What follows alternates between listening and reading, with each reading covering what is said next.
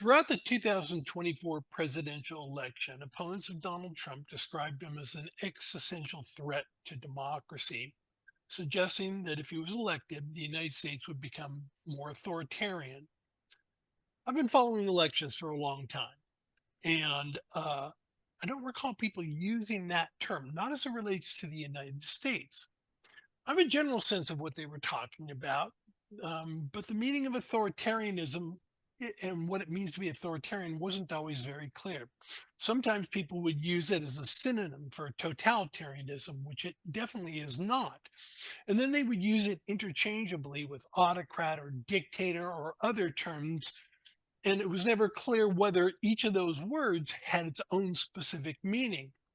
Even the scholars who study the topic and are generally very precise in their published work are kind of vague when they're being interviewed on news programs talking about the United States becoming more authoritarian. Right. So getting to the bottom of this topic is going to require an understanding of what that word means, authoritarian. Now, full disclosure, I did not vote for Donald Trump in 2016 because I had concerns about his viability as a political candidate. I thought he was silly, actually. He was belligerent, rude. He lacked the decorum that I had come to expect from the office. He changed my mind during his first term by instituting policies that I largely agreed with and found effective. By the time 2020 came around, I was ready to vote for him, even though I thought there were other candidates like Nikki Haley who might have faced less pushback than Trump at moving an economically conservative agenda forward. And then in 2024, I voted for him again. And while Phil and I may disagree on whether or not Trump's policies were more effective than those of the Biden administration, we are certainly going to disagree on that front. We both agree that this particular conversation about whether or not Trump is actually going to move the country into an authoritarian direction, that's a conversation worth having. Right. And Jubal and I meet via Zoom every week to talk about politics before we did start, aside from this recording. When we talk about politics, we talk about life in general. We've been talking about doing a podcast, but we felt that it needed some focus, some structure. And as January 20th was approaching, the topic of authoritarianism seemed like a good place to start.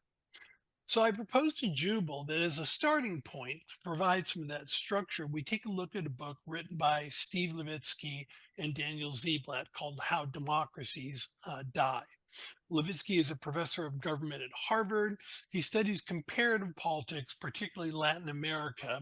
Ziblatt is also a professor of government at Harvard. He studies democracies and sort of the historical development of democracy. They've both done extensive research on what political scientists call democratic backsliding. And that is that there are times when you have countries that have an established democratic government that essentially devolves into an authoritarian system. And so that's what if you hear me say or Jubal say democratic backsliding, that's what we're talking about. The book was published in 2018, so basically the second year of the Trump administration. And what the book sought to do was to identify patterns associated with democratic backsliding in countries across a wide span of time and locality. So they looked at Germany and Italy before World War II. They looked at Turkey, Chile, Venezuela, Russia, Hungary, Peru, and even the United States in the period after Reconstruction. While the book has some problems, and we're going to talk about those, the authors did a good job of identifying, and at least in my opinion, patterns that emerge when democracies become authoritarian. So they created this tool that we can use to see if the Trump administration, or any administration for that matter, appears to be on the path of becoming more authoritarian. The problem is that I personally don't think they use the tool very effectively. Now I don't know the authors, so I'm just guessing. But my guess is that prior to writing the book, they basically had very similar views about Donald Trump. I probably agreed with their views about Donald Trump.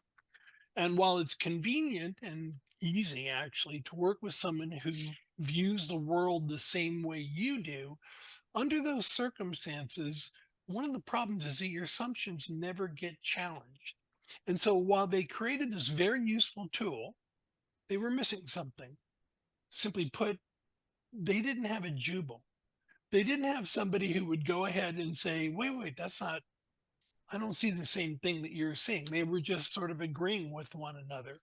And so I wanted to work with Jubal on this project precisely because we see things differently. My goal isn't to bash Donald Trump. I mean, I enjoy that, but that's not the project here. The project here is to answer a question that critics of Trump have raised throughout the election, and that is the US going to become more authoritarian in the second Trump administration? Now, to get started, we need to try and explain what we mean by authoritarian and how we approach it conceptually. And no surprise, Jubal and I think about it a little bit differently.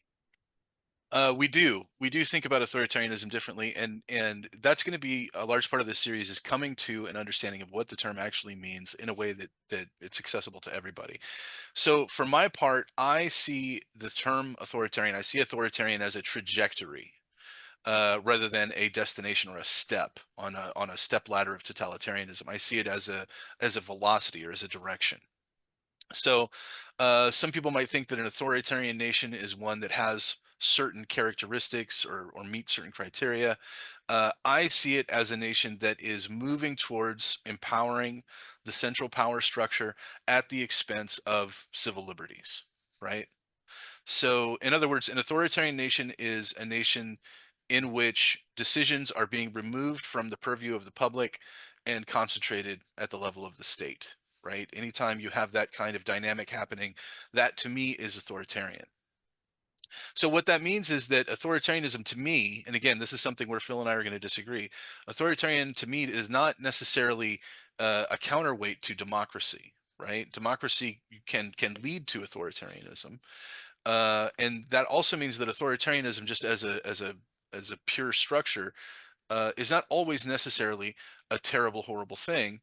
I know that sounds weird, but let me explain. If you've seen the movie Pirates of the Caribbean, you're familiar with the island of Tortuga. By the way, I explain things a lot of times with analogies that are not quite as academic as Phil. That's part of my job here.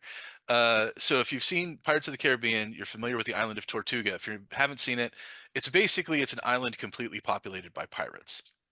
And obviously, on an island of pirates, there are no laws whatsoever. Anything goes. You can do whatever you want. Now, that's a purely libertarian society, the island of Tortuga, right? No laws, no authority. And so, if one day the residents of Tortuga, the pirates, came together and said, you know what? We're tired of constantly living under the threat of being murdered. Like everything else is fine, but we just don't want to be shot in the face by somebody if we're enjoying a beer, right? So we're gonna prescribe murder, and we're gonna put together this pirate tribunal to make sure that the murders don't happen. We're gonna invest in them the authority to judge whether or not, when somebody's killed, whether it was self-defense or it was murder. That would be a shift towards authoritarianism, right? Because you're taking authority away from individuals on the island of Tortuga. You're taking authority from the pirates away and investing them into a tribunal, which ultimately would be good for the society, because any society is better off when you don't have to live under the constant threat of murder, right? Now, that's an extreme example, obviously. I'm not trying to say that authoritarianism in any sense is good.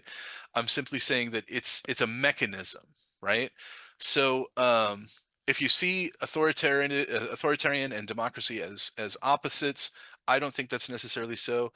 Historically, I think I'm supported by looking at the fact that most totalitarian leaders were democratically elected or legally put into power, and then worked to change the structure from the inside to protect themselves. So that means democracy and authoritarianism to me are not opposites. Now, that doesn't mean that an authoritarian movement in a nation is always going to be good, but it also doesn't mean it's always going to be bad. Now, in a country like America, where we already have a great deal of law and structure, a dramatic shift towards authoritarianism, I will agree with Phil and I think everybody else to say that certainly could be a bad thing. Right. And I, by the way, I tend to think in terms of movement as well. But sort of what Jubal said, my spectrum kind of goes from democracy to authoritarianism. That's pretty much based on how political scientists have approached the topic. So the key for me is identifying patterns that indicate movement towards authoritarianism. Personally, I don't think there's much danger in the country moving in a libertarian direction. So my concern is the movement towards authoritarianism. Now, in fairness, Jubal has a legitimate concern about my approach. I think he's worried that it sort of predetermines our what my conclusion is going to be as we proceed with this analysis. And essentially, the best case scenario will be that I'll say, therefore, Trump tried to destroy democracy, but he failed. And then the worst case scenario is, oh my God, Trump is destroying democracy. That there's no positive outcome possible. Um, so it will be my goal not to do that. I think if it winds up being that we don't move in an authoritarian direction, that's a positive outcome. I mean, that's the way I look at it. But I did want to sort of give voice to some of the concerns that Jubal had expressed in our different approaches. At the same time, there are some similarities in our approach. We both see things as moving along a spectrum rather than achieving an endpoint. And research on democratic backsliding supports this approach. There's no magical tipping point where a democracy suddenly becomes authoritarian. It's sort of like a death by a thousand cuts. You know, a stealing, an aggrandizement of power, a limitation on civil liberties. It happens a little bit at a time. And so that's what we're going to be sort of looking for. It's going to get a little complicated. That's why this is called Into the Weeds. But that's what we're going to be doing. So along that line, in their book, which I did not entirely agree with, obviously, and we'll get into that, Levitsky and Ziblatt do lay out two key concepts um, that we can use in our conversation on this topic. Essentially, they suggest that these two, you can call them soft guardrails, are important norms that help maintain the integrity of democratic institutions. The first is mutual tolerance, and the second is institutional forbearance. Now, here's the thing, because we're going to be using these two terms, I think, fairly frequently, I'm again going to do my job, which is to try to explain them in a way that's accessible to everybody. Um, so, if you're a UFC fan, I'm a UFC fan. I like UFC. Then you could probably relate to mutual tolerance as the idea that you may support a particular fighter when they step into the ring, or really, any sport. You may support a particular football team when they head out onto the green, but if they lose, you know that they lost to another professional team or to another professional athlete, right? That it's not terribly unfair that they lost. There was a contest, everybody played by the rules, the best team won, or the best fighter came out victorious, right? I support a particular fighter, they step into the ring, they lose. It's like, I wish my guy had won, but you got to have respect for the other guy, right? That's the idea of mutual tolerance, is that everybody has agreed on the game and everybody is playing by the rules. And so if the other team wins, it's not the end of the world. The second idea But, is, but, but relate that back to politics, though. okay, so mutual tolerance then, as it relates to politics, obviously, as it relates to sports, is the idea that it's okay if the other team wins. In politics, it is the idea that it's okay if the other party wins, right? If you're a Democrat and the Republicans win, it's not the end of the world. If you're a Republican and Democrats win, it's, you don't have to set your hair on fire. Professional politicians are going to be in charge, whoever wins, right? That's the idea of mutual tolerance. And that's one of the things that they talked about in the book. The second thing that they talked about, institutional forbearance, um, it can be thought of as the tendency of those involved in the management of a democracy to hold back from utilizing every possible legal avenue to destroy their opponents or to defeat their opponents out of a respect for national harmony, right? So again, that's institutional forbearance. It's the idea that you don't have to absolutely burn down your opponent and harm the country to win the election, right? You can relate that again to sports. especially to UFC. There's a tendency in the UFC, certain fighters, when you throw a punch and you knock somebody out, you can tell that the fight is over, right? They're reeling, they're falling back. Some fighters will step in and keep going and punching as hard as they can. Now, the crowd generally doesn't like that because that's how you can injure somebody. You can injure somebody pretty bad when they can't defend themselves, right? So, while that fighter is legally within their rights to do that, they're not necessarily breaking the rules when they go after an opponent like that when they're unable to defend themselves. It is something that people don't like. And so that is, I think you can directly apply that to the same to the political arena. The same kind of thing can happen when one party is going after the other party and really pulling out the stops, right? Really uh, uh, being being harmful to the nation in an attempt to defeat the other party. That is a lack of institutional forbearance. Okay, and one other fun. By the way, I recently saw a clip of a fight that Muhammad Ali had with Jerry Corey, Hmm. and it was a similar kind of thing. So this isn't just for UFC. I know you said it applies to other sports. In this particular case, Ali had hit Corey, and he clearly was having trouble defending himself. Um, and so he was literally calling the referee over to stop the fight. He would Right. hit Corey, and the referee didn't move in quick enough. So Ali's he was just what Jubal said. He had every right to just haul off and hit him as hard as he could and take him out. He didn't. So he didn't use every advantage he could to end that fight. So that's the idea. Now, one final point. Um, Before we begin to look into authoritarianism is that if you're looking for something that isn't going to challenge your pre-existing beliefs, you probably aren't going to find this very satisfying, just being honest. So for those of you on the left, while I consider Donald Trump to be a loathsome human being, and I know Jubal hates it when I say that, but it is true. I just see him as a disgusting person. um, I can set that aside, I hope, when I'm trying to analyze whether or not the United States is becoming more authoritarian. My goal is to be analytical, not hyperbolic. So if you're looking for somewhere to go and hear somebody just go off on Donald Trump, this probably isn't going to be the place because that's not the project here. Now, in fairness, if the sky is falling, if I think the sky is falling, I'm going to say so. But if it's not, if I see things that are objectionable but not moving in an authoritarian direction, I'm going to say that as well. So this is going to be involved separating out the stupid shit that Donald Trump says, his dumb tweets, all that stuff, which happens all the time, with the policies that his administration implements or at least tries to implement.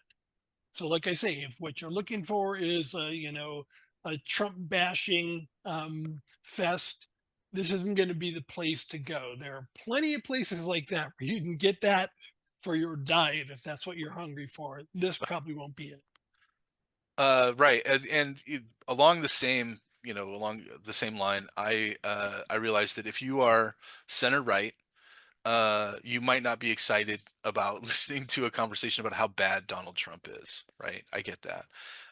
So two things. First, that's not what this is going to be.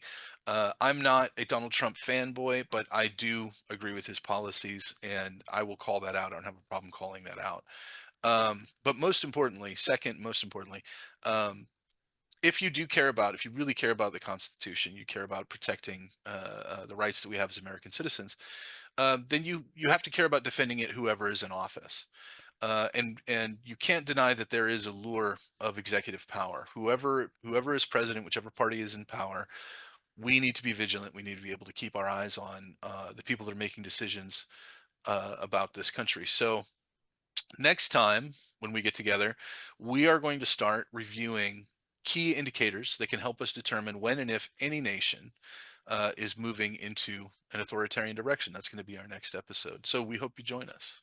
And then one last thing before we go is that one of the first things we're going to do in the next video is raise that very issue that Jubal just brought up, what is the difference between a growth of executive power Mhm. and what it means to move in an authoritarian direction?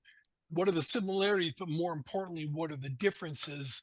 And then we'll break into the indicators that a country is moving in an authoritarian direction. Again, the goal is to be analytical, not hyperbolic. We hope you'll join us. See you then.